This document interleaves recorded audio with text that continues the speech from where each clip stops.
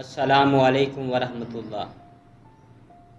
آج ہم ام المؤمنین حضرت سیدہ عائشہ صدیقہ رضی اللہ تعالی عنہا کے بارے میں آپ کے سامنے بہت ہی دلچسپ معلومات رکھیں گے۔ اس سے پہلے اگر آپ ہمارے چینل پر نئے ہیں تو ہمارے چینل کو سبسکرائب کر لیجئے تاکہ ہر آنے والی ویڈیو کی اپڈیٹ آپ تک پہنچ سکے۔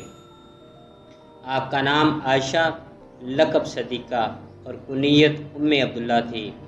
آپ حضرت ابوبکر صدیق رضی اللہ تعالی عنہ کی بیٹی اور آپ رضی اللہ تعالی عنہا کی والدہ کا نام ام رومان تھا۔ حضرت ختیجہ رضی اللہ تعالی عنہا کے انتقال کے بعد حضور اکرم صلی اللہ علیہ وآلہ وسلم کے گھر کا انتظام چلانے کے لیے کوئی خاتون نہیں تھی۔ حضور اکرم صلی اللہ علیہ وآلہ وسلم کی تبلیغی مصروفیات بھی بڑھ گئی تھی، تو آپ صلی اللہ علیہ وآلہ وسلم نے ایک بڑی عمر کی خاتون حضرت سودہ رضی اللہ تعالی عنہا اور ایک نوعمر خاتون حضرت عائشہ رضی اللہ تعالی عنہا سے نکاح کر لیا۔ آپ واحد کنواری خاتون تھی جو رسول اکرم صلی اللہ علیہ وآلہ وسلم کے نکاح میں آئی۔ اخلاقی حیثیت سے حضرت عائشہ رضی اللہ تعالی عنہا نہایت بلند مرتبے پر تھی۔ خودداری، شجاعت اور دلیری ان کی خاص صفات تھی۔ ان کا سب سے نمایاں وصف سخاوت تھا۔ حضرت عبداللہ بن زبیر رضی اللہ تعالی عنہ فرمایا کرتے تھے کہ میں نے ان سے زیادہ سخی کسی کو نہیں دیکھا۔ حضرت عائشہ صدیقہ رضی اللہ تعالی عنہا بہت ذہین تھی۔ ان کا حافظہ بہت تیز تھا، اصول علم کا بہت شوق تھا اور رسول اللہ صلی اللہ علیہ وآلہ وسلم سے ہر طرح کے مسائل بے جھجک آپ پوچھتی تھی اور خواتین کی رہنمائی کرتی تھی۔ اس وجہ سے اتنی بلند پایہ عالم ہو گئی تھی کہ حضور اکرم صلی اللہ علیہ وآلہ وسلم کے وصال کے بعد بڑے بڑے صحابہ کرام آپ رضی اللہ تعالی عنہ سے مسائل دریافت کرنے کے لیے آیا کرتے تھے۔ غزوہ بنو مستلق میں جو 6 ہجری میں پیش آیا، حضرت عائشہ صدیقہ رضی اللہ تعالی عنہا حضور اکرم صلی اللہ علیہ وآلہ وسلم کے ساتھ سفر کر رہی تھی۔ قافلے نے راستے میں ایک جگہ قیام کیا۔ اس دوران آپ کا ہار کہیں گر گیا۔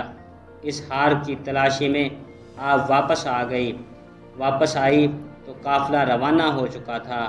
وہ وہیں چادر اوڑھ کر لیٹ گئی تھی۔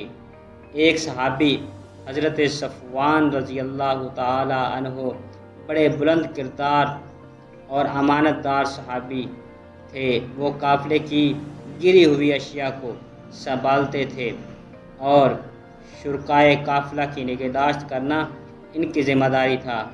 وہ جب پڑاؤ کے مقام پر پہنچے تو ام المؤمنین حضرت سیدہ عائشہ صدیقہ رضی اللہ تعالی عنہ کو دیکھ کر حیران ہوئے۔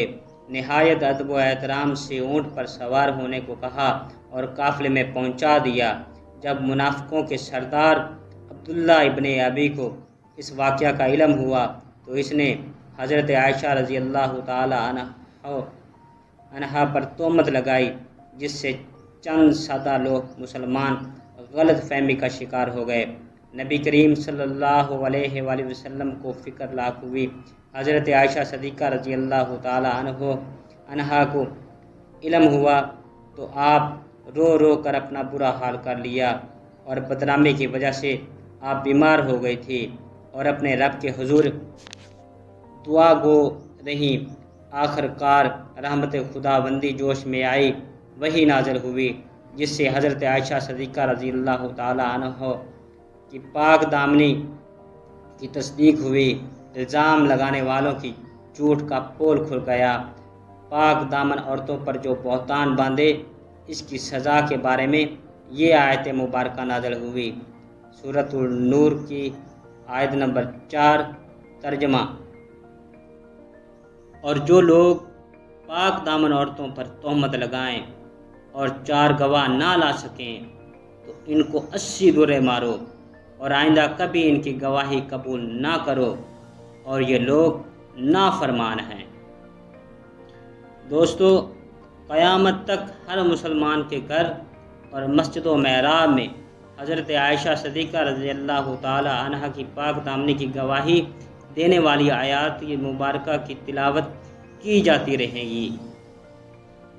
غزوہ بنو مستلق میں حضرت عائشہ صدیقہ رضی اللہ تعالی عنہ کے ہار کی گمشدگی کی وجہ سے نبی اکرم صلی اللہ علیہ وآلہ وسلم نے ایک جگہ پڑاؤ کے دوران قیام کیا تاکہ گمشدہ ہار مل جائے۔ اس منزل میں پانی نہ تھا اور نہ ہی مجاہدین کے پاس پینے کے لیے پانی تھا۔ تمام صحابہ کرام پریشان تھے کہ نماز کا وقت نکلا جا رہا ہے اور پانی کا انتظام نہیں ہے۔ اس وقت حضور اکرم صلی اللہ علیہ وآلہ وسلم پر وحی نازل ہوئی۔ اللہ تعالیٰ نے آیات تیمم نازل فرمائی اور لشکر اسلام نے صبح کی نماز تیمم کر کے پڑھی۔ اس طرح حضرت عائشہ صدیقہ رضی اللہ تعالی عنہ کی برکت سے امت کو تیمم کی سہولت فراہم ہوئی۔ حضرت عائشہ صدیقہ رضی اللہ تعالی عنہ نے 9 سال نبی اکرم صلی اللہ علیہ وآلہ وسلم کی رفاقت میں گزارے اور اس دوران میں اپنی ذہانت بے پناہ حافظے کی وجہ سے اتنا علم حاصل کر لیا کہ 2000 سے زائد احادیث حضرت عائشہ صدیقہ رضی اللہ تعالی عنہ کے حافظے میں آ گئی۔ صحابہ کرام کو حضور اکرم صلی اللہ علیہ وآلہ وسلم کے وصال کے بعد جب کسی مسئلے میں کوئی مشکل پیش آتی تو آپ حضرت عائشہ صدیقہ رضی اللہ تعالی عنہ سے وہ مسائل دریافت کر لیتے۔ حضرت سیدہ عائشہ صدیقہ رضی اللہ تعالی عنہ 17 رمضان المبارک 58 ہجری بدھ کے روز مدینہ منورہ میں فوت ہوئی اور مدینہ کے قبرستان جنت البقیع میں مدفون ہوئی۔ حضرت محمد صلی اللہ علیہ وآلہ وسلم کے جلیل القدر صحابی حضرت ابو ہریرہ رضی اللہ تعالی عنہ نے نماز جنازہ پڑھائی۔ دوستو، ویڈیو کے بارے میں اپنا point of view comment section میں لائک کر کے لازمی بتائیے گا۔ اللہ آپ کا حامی و ناصر ہو۔